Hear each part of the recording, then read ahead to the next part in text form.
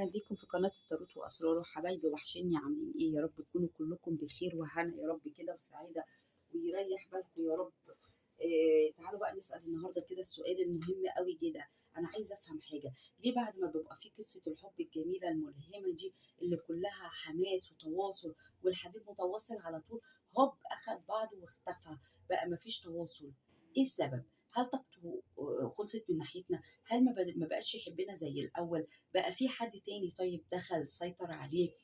ولا هو اتمكن قوي مني وخلاص بقى عارف ان انا موجوده وبحبه، مش هعرف ابعد، فهو بقى خلاص بقى ضامن وجودي. ما احنا عايزين نفهم. اللي كان التواصل اللي كان ليل ونهار وكان موجود واتصل بينا وبيسأل علينا، بعد كده ما بقاش موجود، ايه السبب؟ يلا بينا كده نعرف. معانا قراءتين ومعانا مجموعتين، المجموعه الاولى والمجموعه الثانيه. الحجر التحفه دوت طاقته جميله جدا، طاقته حلوه قوي، والوانه الوان جميله كده، حلوه قوي قوي قوي، بتعجبني والله الحاجات دي.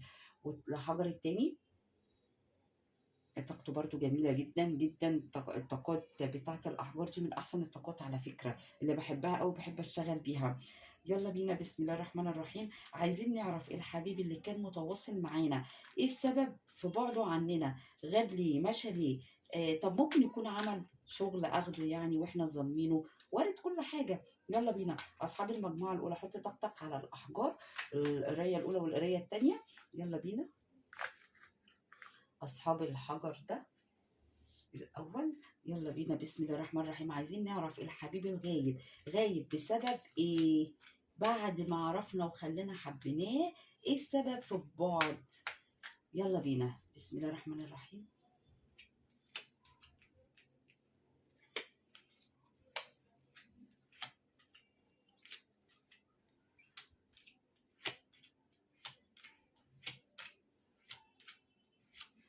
بصوا، احنا مش عايزين نظلموه. هو في حياته أسرار غامضة، في حياته أسرار، في حياته اسرار، واحنا مش عايزين برضو نتهمه بحاجه، لان هو طلع لنا ان هو شخص كويس، مش عايزين نتهمه. اول حاجه الراجل دوت شايل مسؤوليه وناجح جدا جدا جدا جدا جدا، من الناس اللي ناجحه اللي بتعرف تشتغل، من الناس اللي ناجحه اللي بتعرف تعمل كارير كده لنفسها كده، كارير حلو كده وشغل حلو كده. هو شخص بالامانه ما بيرتاحش، مش بيرتاح، شايل مسؤوليات وشايل هم كبير، وعلى طول في حياته فيها كده زي ما بنقولوا نحلات، مشاكل، مناغصات كده، على طول من وقت للتاني في حبة مشاكل كده في حياته، وفي حبة حاجات كده بتنغص حياته. لو أنا هقول لك سبب بعده وغيابه، هيبقى بالنسبة لي المسؤولية والشغل اللي قدام مني، واسرار في حياته هو بيخفيها عنك. مش كل حاجه بيوضحها لك، مش كل حاجه بيقولها لك عنه. على فكره هو شخص كتوم شويه، شخص ما بيقولناش على كل حاجه عنده في حياته عامله ازاي. لكن الوارد القائم قوي قوي قوي على القرايه، والغالب على القرايه عندي طاقه شغل وعمل، طاقة شغل وعمل. شخص ما بينامش من كتر شغله، شخص كده تحس ان هو ممكن يكون عنده يعني ذو سلطة، مسؤول عن حاجة. باين قوي قوي قوي كده ان هو مش حد هين ولا حد اي كلام، لا هو حد مسؤول عن حاجة، وعشان كده دوت اللي مخليه على طول بعيد عنك. ما بينامش ده شخص، خلينا متفقين في حب ليك، في حب ليك كبير، في حب ليك كبير، وبيتوازن، بيحاول يتوازن بينك، وبيحاول يعمل توازن بينك وبين شغله او الاعباء اللي عليه دي. شخص مضغوط جدا جدا جدا، شخص مش قاعد، لا بيتحرك كتير. للاسف بيقابله مشاكل كتير، بيقابله ضغوط كتير، خلينا نقول هي ضغوط عليه، عليه ضغوط كتير. ودي اكتر حاجه بيننا ان هو شخص بيشتغل وعنده ضغوط. يبقى احنا ظلمناه، ان احنا كنا فاكرين ان في حياته حد تاني.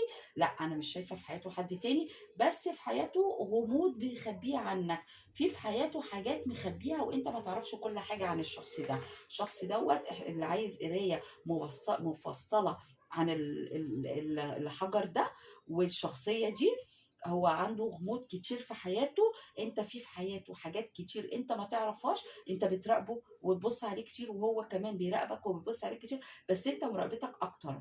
هو مش فاضي، شخص مش فاضي، خليني صريحة معاك، شخص شايل هم وأعباء ومضغوط، وما بينامش من كتر الضغط اللي عنده، ما بينامش من كتر التعب اللي عنده. شخص عاقل، شخص قيادي، دي اصحاب المجموعه الاولى اللي ظهرت لي. غيابه عنك ليه؟ هل بطرف ثالث؟ لا مش بطرف ثالث، غيابه ان هو شخص مسؤول ومضغوط بس، عشان نبقوا ايه واضحين في الرد على السؤال دوت. اصحاب الحجر التاني اللي اختاروا الحجر التاني الجميل ده، يلا بينا نعرف حبيبنا غيابه بسبب ايه وايه سبب البعد. انا ارتحت قوي في القراءه الاولى، كنت فاكره ان ممكن تكون بسبب واحده. لا هي مش بسبب واحده، انا كنت هقول بسبب واحده لان طلعت لي الست، بس لا كروت اللي قبلها طلعت لي انه شخص كويس بس شخص عنده ضغوط كتيره، ده يعني ما بينامش، ده مش عارف ينام، ده مش عارف ينام.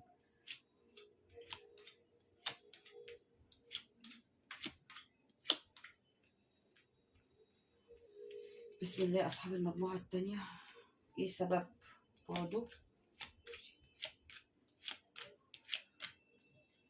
بالعكس بيحبك جدا وشايف إن أنت شخصية طيبة جدا وشخصية جميلة. نرجع نقول الإجابة بتاعتنا إن هو شخص بقى خلاص ضمنك، ملكك، بقى ملكك، عارف ان انت بتاعته، عارف ان انت الاساس عنده، عارف ان انت عجله الحظ عنده، ضامن وجودك، متعلق في وجوده، وعارف ان انت اتعلقتي فيه خلاص. انت اتعلقتي فيه وقلت له انا متعلقه فيك، وعارف ان انت بقيتي معلقه في العلاقه، وبقيتي ان انت خلاص ما تقدريش تستغني عنه، فبقى خلاص ضامن وجودك، وعارف ان انت كمان حد طيب قوي، شخصيه طيبه جدا وشخصيه ما ينفعش تسيبيه. هو بقى ضامن وجودك. الإجابة على القراية التانية إن هو بقى ضامن وجودك، لكن هو بيلعب، هو بيروح يمين ولا شمال.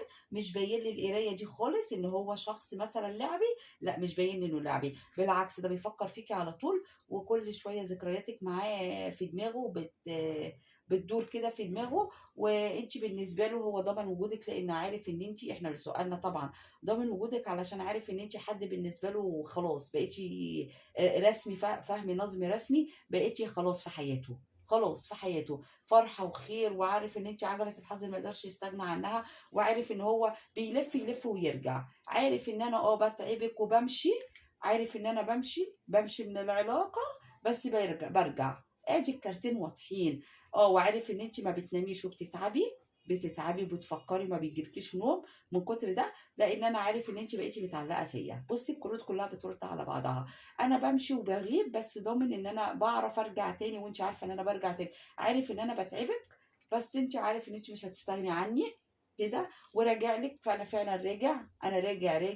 إيه اللي يخليني امشي وارجع كده؟ بقيت ضامن وجودك، اللي انت معلقه معايا في العلاقه بتاعتي، بقيت ضامن وجود كارت المعلق، بقيت عارف ان انت معلقه معايا، وانت خلاص ما تقدريش تبعدي وتسيبيني، لانك بقيتي بتحبي اسلوبي وكلامي وطريقتي، بقيتي بتحبي حياتي وبتحبي كارير حياتي وطريقه حياتي.